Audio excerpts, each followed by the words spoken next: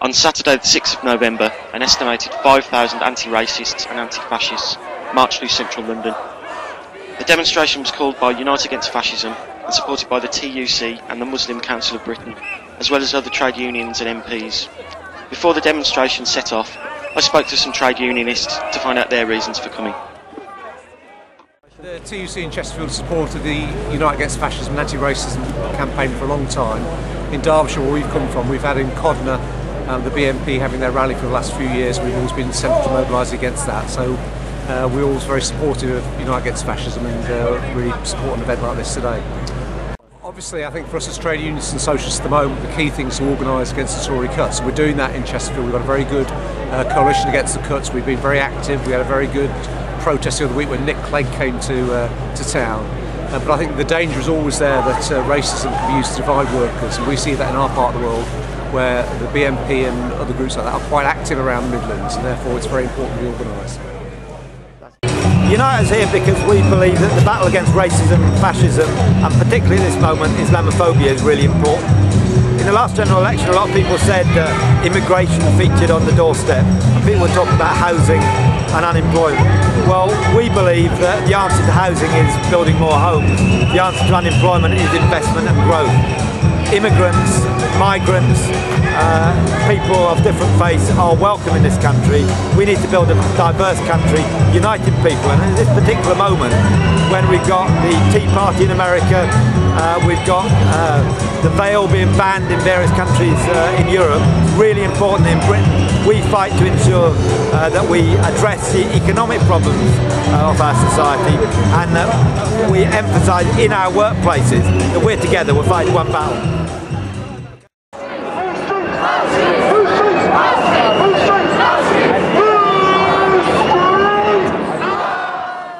As the march passed BBC Somerset House, demonstrators chanted support for striking BBC workers on a picket line outside the building. I spoke to the strikers to find out about their dispute. Yeah, we've got members of the NUJ here on the picket line today protesting about changes to their pension scheme. The BBC has put forward proposals that will cap people's pensions and will reduce the value of their pensions on retirement. Right. And NUJ members feel very strongly that they work very hard for the corporation through their lives for long periods of time, and they deserve a decent pension when they retire. The demonstration moved on through Trafalgar Square, down the Strand and Whitehall, to finish with a rally at Millbank.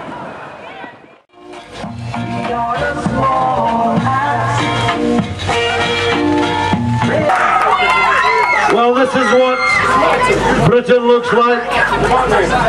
This is what we want Britain to look like. This is what we like Britain to look like. Black and white, men and women, young and old, Muslims, Christians, Jews, Sikhs, Hindus, people of no faith at all, marching together, making one hand against racism, fascism and Islamophobia. First, I want to congratulate Unite Against Fascism for another great achievement, for another milestone. Their style of work, their energy and the skill and determination of this great anti-racist movement will defeat the fascists in the 21st century as we defeated them before in the 1970s and 1980s in Britain. First, I want to make a careful distinction that I would like you all to think about. It's a distinction between racism and fascism. Fascists are people who use racism to whip up hatred against minorities as a means of themselves gaining political power. With them and against them, There can be no compromise. We have to smash fascist organisations in Britain. But racism is a wider problem. But the good news, it's a problem that can be resolved. We all know people who have or still harbour racist thoughts and ideas. With them, the task is not to smash them. There are too many of them, and that would be wrong in any case.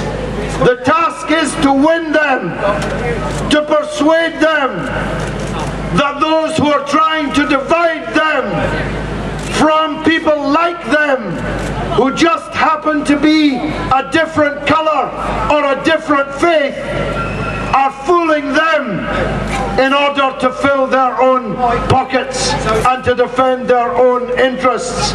So every one of you has to search out amongst your workmates, amongst fellow students, amongst your neighbours, maybe even amongst your own families, and persuade them that black and white must unite to fight the real enemy of exploiters and warmongers who are deliberately dividing our people for their own ends.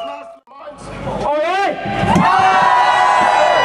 I want to tell a little story about a monkey and an organ grinder. I want to start with the organ grinder. Her name's Merkel. When Merkel in Germany says that migrants and the multiculturalism is to blame for the destruction of Germany, she is a racist. I want to talk about another organ grinder. A man called Sarkozy in France. When he deports the Roma, he is a racist and should be opposed for his racism. When that man tries to ban the veil, he is a racist and should be opposed. And don't think we haven't got our own organ grinders in this country as well. He's called David Cameron and his friend Nick Clegg. They want to use racism to whip up division and hatred. And we have to understand that when we do that, they unleash the monkey. And the monkey is the English Defence League. They're the nastiest scumbags you will ever meet in your life. They're violent thugs and they're Islamophobes. Or anti-Muslim racists for another term. And let me explain why. In 1936, when the British Union of Fascists marched in East London, its slogan was Yids, Yids, we've got to get rid of the Yids. Last year, when the EDL marched in Manchester and Leeds and in Harrow, their slogan was Muslim scum off our streets. The enemy is different, but the message is exactly the same. It's one of racism, fascism and intolerance, and one that has to be opposed by every one of us, every single one of us. And let me say this, I don't buy the lie that people shouldn't be able to wear what they want. If a woman wants to wear a veil, a hijab, she has every right to wear a veil or a hijab. It's got nothing to do with anybody else. I wouldn't impose my dress sense on you, and I don't expect anyone to impose it on me. We respect each other and the right to wear religious signia or no religious signia at all. I'm an atheist, but I tell you this, to my dying day, I will defend anyone's right to believe their religious beliefs. Anybody's. It's the first principle of a democratic society. And let me say this, there's a debate in the anti-fascist movement right now, and it's one that says when the English Defence League comes to your town or city, stay at home, close your doors, ignore them, they'll go away. I say that's rubbish. I say that's absolute rubbish. Because if you give an inch to a fascist, they'll come back for more and more. First, it will be the Vale.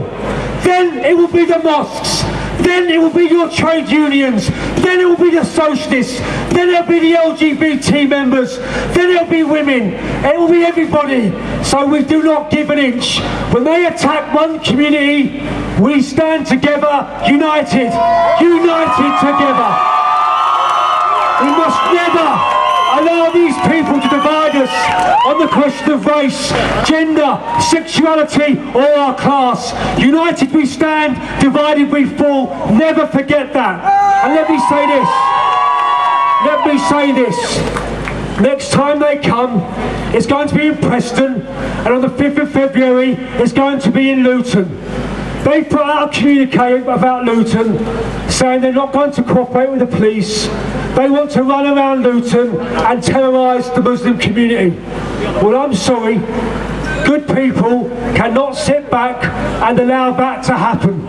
On the 5th of February, everybody has to be in Luton to defend the people of Luton. Everybody has to be there to say to the EDL, you are not going to attack anybody. And if you try, we will fight back and defend ourselves. That's the golden rule. And my last point is this. That why they're growing right now, the EDL and the fascists across Europe, is because both racism, but also this economic crisis, where they're trying to divide black people from whites, women from men, and we have to be clear. We have to fight the EDL, we have to fight the BNP, but also we have to fight the cuts. We have to stop the cuts in education, stop the cuts in the public service, stop the cuts in our community. Because let's be honest, if they go through, it will make the racist job harder. I'll tell you what else, this government will try and play the race card. Because these cuts are so savage, it will want to play off each other, one of us off each other. And we mustn't let them do it. And the last point is this. I'm against the EDL, I'm against the cuts, I'm against the BNP, but I'm also a socialist, because I believe we have to fight for a better world for every single person. So please, keep on the fight, it's just beginning, this demonstration's beginning.